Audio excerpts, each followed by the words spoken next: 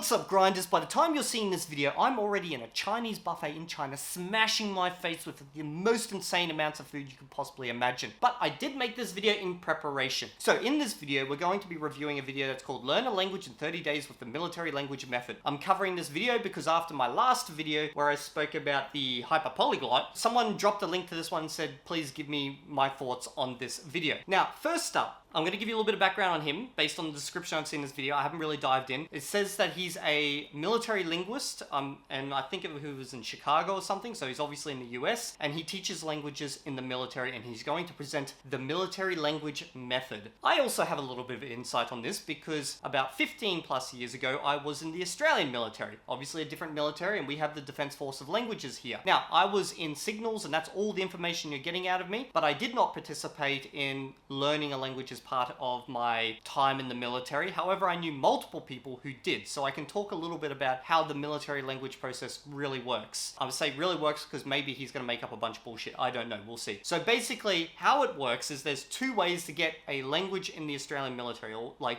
learn a language as part of the Australian military. One, it's part of your job. That's usually, say, a translator as part of the Navy on a ship, primarily learning something like Indonesian. And in that case, you're going to spend probably, I think it was like 6 months or a year, they had like a highly intense course where you would learn that, and then the expectation was that you would go back, continue working in a different role for a while. You would then do a whole heap of self-study, and then you'd have to pass a test, and once you pass the test, then you can actually do the job itself. Then there's the second route, which is deployment language, which is, for example, you're a soldier, you're going to go to this location, you need to learn the basics of the language of that location in order to engage with potential combatants on the field and be able to talk to them. So for example, this would be the scenario where you're walking along on deployment, you meet someone, you want to ask them who they are they like potential enemies or not, suss out the situation, find out where they're going, what they're doing, what they've seen, stuff like that. It's a very small subsect of a much larger language, obviously. Now, the intention here is you'll learn within, say, a month up to 3 months, and it'll be very intense, and then again, your expectation is you'll go away and do your own study later on, but it's for a much smaller subsect of the language. So let's see what he proposes, and if it's a similar methodology.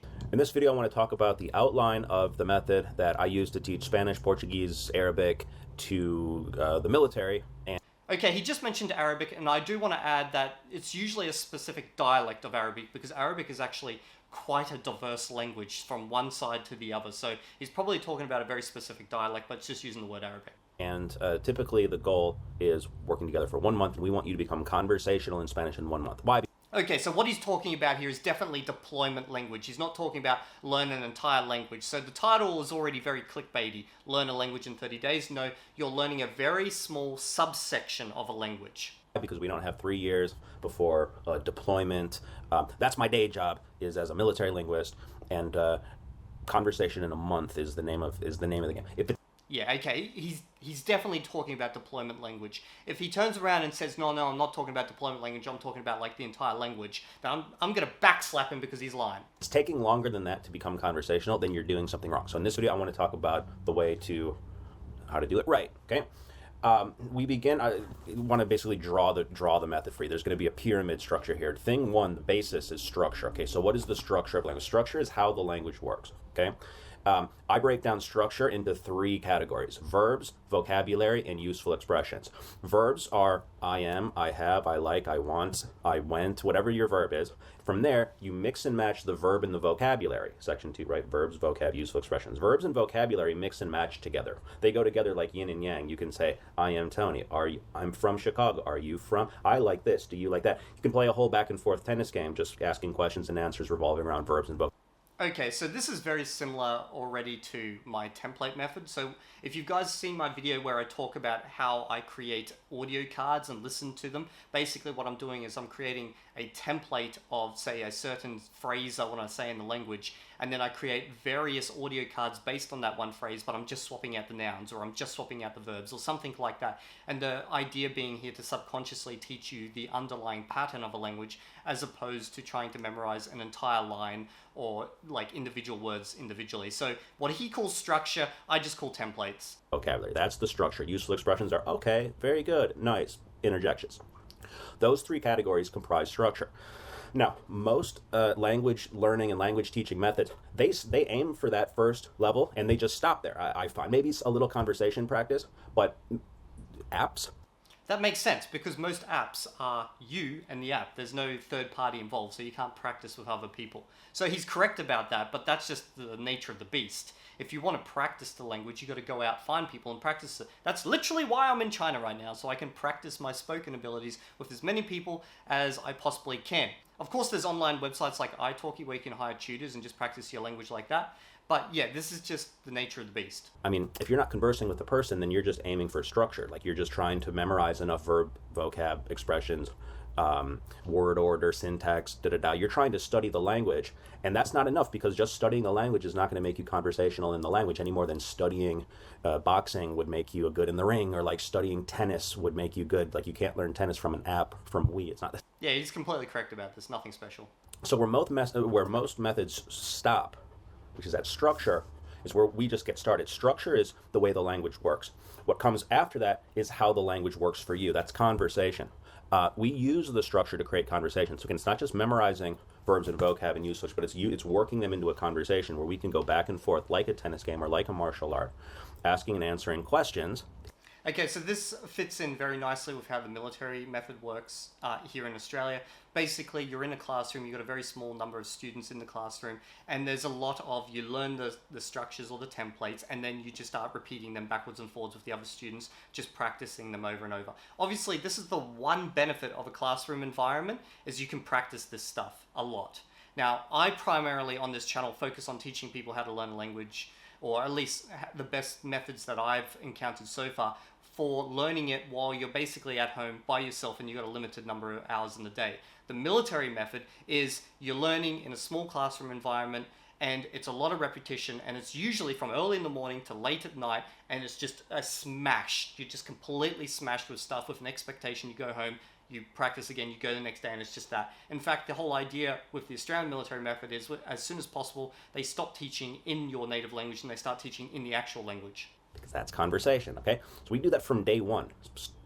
We start creating this sort of cycle, a little more structure, a little more conversation, a little more structure, a little more conversation. And you keep doing that until muscle memory kicks in, which is level sort of 3, right? Now, this doesn't... I'm not sure why you made muscle memory a completely separate category. For me, muscle memory is something that actually just evolves parallel with everything else you're doing. So for example, with my audio card system where I listen to the audio cards and I repeat them back, I'm literally training muscle memory. So I don't know, like, I guess he's trying to make a pyramid, but like, why is this a structure within the pyramid? It just seems to be overcomplicating it. I'd just say muscle memory happens as part of learning structures, and then it's reinforced as part of using it within conversations. It doesn't take this could happen. This happens within a few minutes often. Like you can get something stuck in your head in a couple repetitions, and pretty soon you're this cycle of conversation and structure kicks in. Muscle memory kicks in. I mean, do you know what I'm talking about? I wish I could do it for you with you right now. But just try to imagine what that feels like, right? So I'm asking you things in Spanish, Portuguese, Arabic. You know what I'm asking? You answer with your verb and vocab. It's like a martial art game. Pretty soon you're able to do it through muscle memory. The final level up on the top of the pyramid here, excuse my handwriting all the way through here, that's personality, okay? I find that the ultimate level of language learning comes when the language becomes a vehicle for your self-expression in such a way that your personality comes through. Again, I'm not sure why this is a specific level. So I think he's mixing up a few different things here. So you've got actual like methodologies of learning, which is, you build your templates, you practice your templates. In my case with audio cards, with him, it's all about, practice partner with your conversation partner type of thing. But then he's got these separate things which kind of happen parallel to that. So building up your personality is something that evolves as part of the language. It's basically something that evolves as you learn from other people around you. You kind of adopt bits and pieces from other people's conversations. And a good example of this is like, for example, when Matt vs. Japan talks about in his older videos, he talks about, getting a language parent, and basically you adopt the ways that they speak and you learn from them. So this is not something that really should be a separate level. It's not like something that comes after you do conversations. It's something that evolves parallel with it. The language. So you start being like funny in the language. You start like being nice or mean or happy or sad, or like all of the feelings that you have find their expression through the second language. It's also interesting to note that often people who are bilingual or multilingual say that they feel that their personality is slightly different. I call it, you have your English speaking personality, or Yeah, so this is not like something specific that you focus on learning unless you're trying to get a language parent and like repeat after them. What he's talking about here is just that you adopt the patterns or the templates of the people that you learn from. I feel like he's got some ideas, well, he's got some practices that he performs, but he's not able to articulate them in a specific model that works outside of a pyramid. So far, everything he said is perfectly fine. It's just the way he's presenting the information is a little bit weird. ESP, your Spanish-speaking personality, your SSP, your Arabic ASP, and acronyms as such for personality. So also, when we talk about personality, we talk about like the cultural personality you might adopt. So, for example, I've got a friend who's learning Japanese. He's a very outgoing person, but when he speaks Japanese and practices and uses Japanese with other people, he takes on a very refined, quieter personality because that's a cultural expectation. As you learn a language, you adopt the cultural habits of that language, and it changes you slightly, but it just changes the way you present information. There's another thing is like within your native language, certain words have certain weights. So you're not going to say this word because due to historical reasons or due to family reasons or cultural reasons, that word has got a certain like nuance that feels more heavy to you, while other words are more like bubbly because maybe they're used in this certain type of environment. But when you're learning another language, you may not know those weights that are associated with these different words at first, but as you become more and more fluent, you start to feel them, you start to understand, okay, this has this like extra specific connotation within this specific environment. So this whole personality thing's more just like you adapting to the language and the culture that you're moving into. So that's the top of the thing. Now, above that pyramid, there is a sun that shines down upon the whole thing. And I'm not even going to try to write that. That says listening practice or listening. Okay, I feel like this guy just likes pyramids. And maybe he's really interested in Egyptian mythology or something like that. But anyway, he's put listening as something that's outside the pyramid. Not sure why. Again, this is something that should work in parallel with your learning of your structures and your templates. You should be listening a lot. Listening happens as part of the conversation backwards and forwards. Obviously, you need to listen a lot. And then the other two layers that he's got, I don't actually see them as layers. So far it's... Let's see why he puts listening outside. Listening. It says listening. Can you see it? All right, it's listening. So what's listening? Why is listening the sun? Well... all of this happens inside of your personal pyramid. It happens inside of your mind. The pyramid's your mind and body. This is getting really abstract for me. Listening is something you can do without like physically having others present. So I would say that's something you could do in your mind, while conversation is something that requires the presence of another person. You could do some like fake conversations with say Pimsleur or something like that, or you could record your own audio conversations and therefore you don't require another person. But like, why is listening specifically out there? All of this happens inside, but listening happens from outside, right? Like I can practice thinking, practice speaking, right?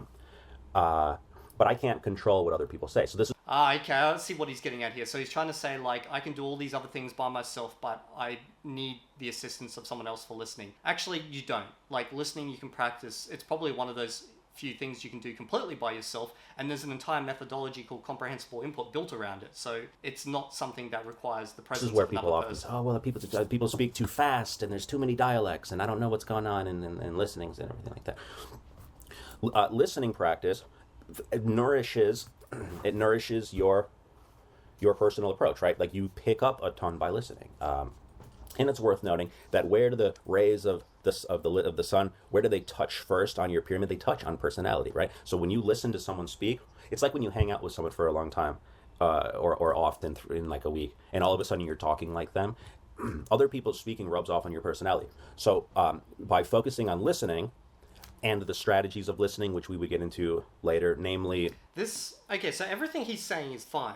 It's right. Like, this methodology will work. But why is it wrapped up the way it is? I feel like it's been made more complex and more abstract and more mysterious than it needs to be. Just lay out the process in like a super clear way. 1, you practice your structure as he says. 2, you engage in as many conversations. I'm talking as if I were him. This is how I'd lay it out. I'd say, okay, well, you practice your structures and your templates and your blah, blah, blah. Then you move on to your conversations. As part of this process, you're going to do a lot of repetition, which is going to build up your muscle memory, and preferably try pick people who you want to imitate so they can become like your language parents in a way. And therefore, you're going to adopt a certain type of personality. And while you're doing all this, you must be doing lots and lots of listening. So that was a lot more clearer, and I got it out in 1 minute, as opposed to having a pyramid. You're supposed to guess, not listen to every single word. That's the core thing of listening, is that people get hung up on listening for every word. It's not about listening for every word. Okay, so I agree with this statement. Don't try and listen for every word. And this is a big part of comprehensible input methodology, where you just kind of let those words you don't understand flow by you. But funnily enough, in the deployment environment, where you're using the language in that very small subsection, like very small specific sequence of events, okay? So you actually do need to know everything that's kind of being said, or at least everything that's the most important words, because you don't want to make a mistake when talking about a potential combatant. For example, is this person here trying to tell me that they saw an enemy over there, or they're saying they're the enemy? Like, you don't want to make that mistake and shoot the wrong person. So that doesn't really fit too much in with the methodology for the military deployment side, where they really, really focus on making sure you understand those most important words. Where it's about listening for keywords and then guessing the main point through the keyword. So that's its strategy. But the point here is just that that's the whole thing. And so listening shines down. It shines down on the whole thing, but it touches personality first. Okay. So that's the huge picture overview of what we're going for. Okay. So now imagine you have 30 days and you need to become conversational in Spanish, Portuguese, or any language, I guess, right? Begin at the bottom of the pyramid. Let me know how to say I, couple of verbs, vocab, right? And then you just repeat the process in a certain way. There's more to it, like in terms of the specific routes that you can take. There's a whole, but this is the center of the core thing here. So anyway, I hope that makes sense, and I hope it gives you some inspiration to think that it actually is possible to become conversational language in a month. People often Okay, I'll let him finish his thought. ask, how long does it take to learn a language? Well, it takes forever. You never stop learning. Thank God he said It's that. not like you just ever reach it. We go, I learned everything I need to know. However, what I can say is that conversational in a language is a matter of days, weeks, months, not years. If something's taking years, then you're definitely doing something wrong. Now, it might sound crazy, but a lot of people have studied Spanish all 4 years. Okay, so this guy's obviously, he works within a very specific environment. So he works within the classroom environment, working with people who can dedicate entire days, weeks, and months to learning a language, because it's literally part of their job. And then the expectation is they go home and they keep working on it. So this is obviously going to work in a very specific case. If you have that time available and you have the language partners available, yeah, this is a great methodology. The vast majority of people are like me though. They're working a full-time job, they learn languages on the side. So this methodology obviously isn't that great. If I can find teachers, more the better. But like, I can't just sit there all day going backwards and forwards with a language partner. It's just not going to work for me. Now, obviously then, that means his 30-day deployment military use of the language is going to be stretched out a lot further, and you're not going to learn it within 30 days. You're going to learn this like over multiple months. Yeah, I could get to street level Mandarin where all I know how to ask is, how much is that?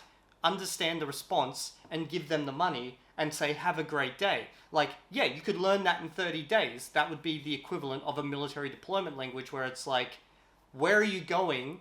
What is your intention? And getting the most basic responses back.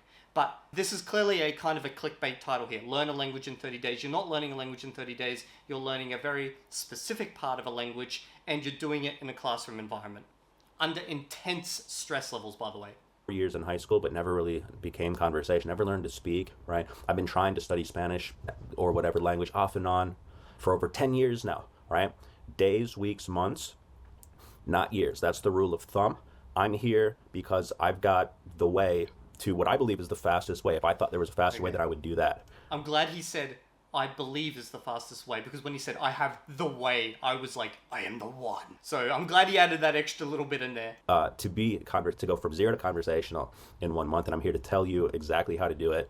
So leave a comment, like the video, subscribe, find my website, and send me a message. I will talk to you personally. I'm not a big Like, I'm happy to talk to you personally on what you should do to become conversational. Okay, so this is a very specific type of case. It's an interesting one. If you have the time available, resources, money, and tutors, yeah, go ahead, try this methodology. The majority of us don't have it, so this won't work for us. And even in 30 days, you're not going to be conversational beyond very specific scenarios. So overall, I would say the video is not bad. It's just got a clickbaity title. Okay, well, that is it. We're now at the end of this video. If you guys got some other videos you want me to check out, just let me know in the comments below. And I'll see you all in the next video.